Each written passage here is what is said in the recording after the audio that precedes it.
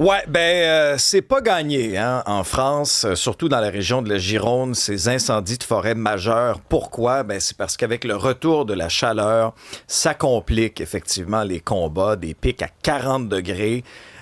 Des vents peut-être un peu moins forts, mais quand même plus secs. D'ailleurs, le président Macron est allé faire un tour sur place, affirmant là, que les prochaines semaines vont être très difficiles. Il y a bien sûr des évacuations. C'est quand même assez impressionnant quand on regarde là, 220 000 personnes qui sont évacuées. Et il y en a d'autres qui sont un peu sur le qui-vive, surveillent l'état de situation. Allons prendre des nouvelles de William Billard, qui est un Québécois, qui est à Bordeaux. Bonjour, M. Billard.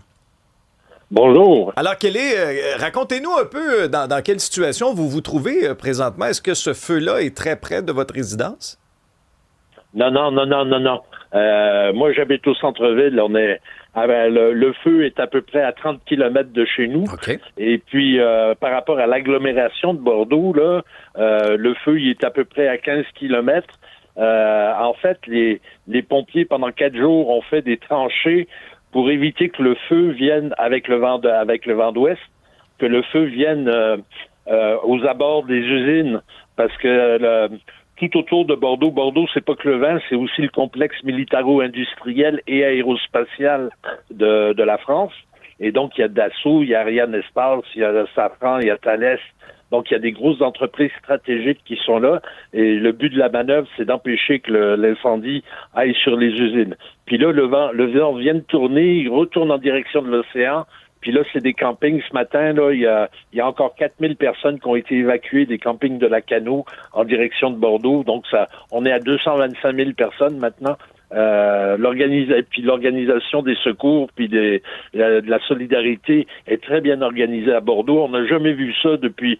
Enfin, j'étais pas là, mais il paraît que on n'a jamais vu ça depuis la Deuxième Guerre mondiale, d'avoir 220 000 personnes déplacées d'un coup sur la France. Sur Bordeaux, mais c'est très bien organisé, les gens ont de quoi manger, ils ont de quoi dormir, puis franchement, la solidarité, ça fait chaud au cœur de voir ça, là. Ouais, comment vous vivez ça sur le plan un peu plus personnel? Est-ce que vous êtes inquiet? Vous suivez ça de très près? Est-ce que le temps chaud des prochains jours vous inquiète? Le temps chaud, oui, évidemment, on suit ça au jour le jour, puis même, je dirais, de minute en minute, parce qu'on connaît tous des gens qui habitent dans des zones qui sont concernées. Pour le moment, j'ai pas d'amis qui a eu la maison brûlée, mais il y en a pas mal. Il y a eu plus de 200 maisons qui ont été brûlées. Mais bon, on s'inquiète tous les uns des autres. On se demande des nouvelles, tout ça.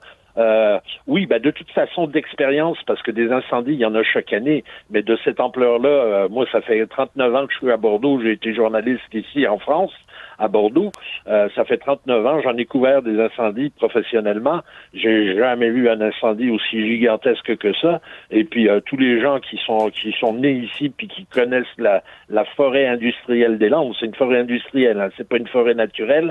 Tout le monde le dit, hein, ils ont jamais vu ça de leur vie, puis de mémoire. Les grands-pères, tout ça, ils n'ont jamais vu ça de leur vie non plus. Non, ce qui est inquiétant, c'est que c'est de la tourbe. Ça veut dire qu'il va y avoir ce qu'on appelle des feux zombies, c'est-à-dire que le feu, il reste sous la terre, entre les racines des arbres, et puis des fois, il peut repartir dans 1 mois, dans 2 mois, dans 3 mois, il peut repartir. Puis ça, on a l'habitude de ça, les gens là, qui habitent ici, là, c'est ça inquiète parce qu'on sait qu'on n'en a pas pour des semaines, on en a pour des mois. Et puis économiquement, évidemment, vu que c'est une zone touristique avec le bassin d'Arcachon et le Cap-Ferret, là, il y a plein, puis il y a des milliers d'entreprises là qui ont dû fermer.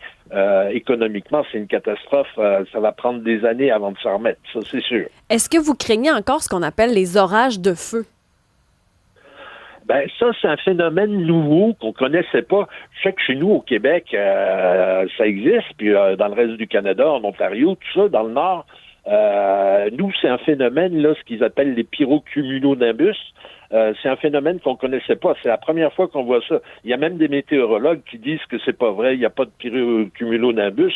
Alors, les experts sont en train de se battre là pour savoir si c'est vraiment ce phénomène-là. En tout cas, il y a une chose qui est sûre, c'est que l'incendie, enfin les incendies, parce qu'en fait, il y en a une quarantaine qui font un immense incendie, mais il y a une quarantaine de points de feu différents, génèrent leur propre vent. Et le vent tourne sans cesse. C'est pour ça que les pompiers ont de la misère à lutter contre ça, parce que il faut changer de stratégie pratiquement à toutes les heures ou à tout. Non, j'exagère. Et il faut changer de stratégie pratiquement 3 fois par jour. Oui, oui, oui. Il y a plusieurs de nos auditeurs qui se demandent, parce que bon, Bordeaux, c'est beaucoup les vins, les vignobles. À votre connaissance, est-ce qu'il y a plusieurs vignobles qui sont ravagés ou menacés? Oh, pas du tout. Pas du tout, parce que la vigne a cette particularité, c'est qu'elle ne brûle pas. Elle ne brûle pas. D'ailleurs, il y a des gens qui disent qu'on n'aurait pas dû arracher certaines vignes parce que ça aurait servi de coupe-feu. La vigne ne brûle pas. C'est un des végétaux qui prend pas au feu. Donc, les vignobles sont absolument pas touchés. Puis, une nouvelle fois, c'est la forêt industrielle qui est en train de brûler.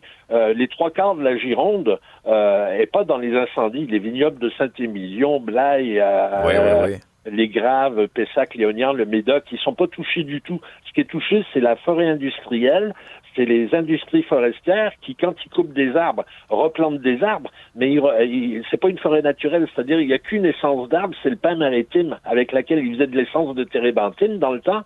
Maintenant, ils en font du bois. Mais c'est un arbre qui est très inflammable. Donc, c'est quasiment une boîte d'allumettes. Ça flambe très vite. Bon. On a l'habitude, chaque année, il y avait des incendies au mois d'août. Mais là, à cause du réchauffement climatique, c'est la 4e canicule qu'on a depuis le mois de mai. On n'a jamais vécu ça. Et le sol est vraiment tellement sec que ça flambe. C'est effrayant. William Billard, québécois à Bordeaux. Merci pour vos explications très claires. Ça nous aide à mieux comprendre ce qui se passe. On a une bonne pensée pour vous, pour les concitoyens. Bon courage pour la suite des choses. Merci à vous. Merci de vous inquiéter des nouvelles de chez nous. Bye bye.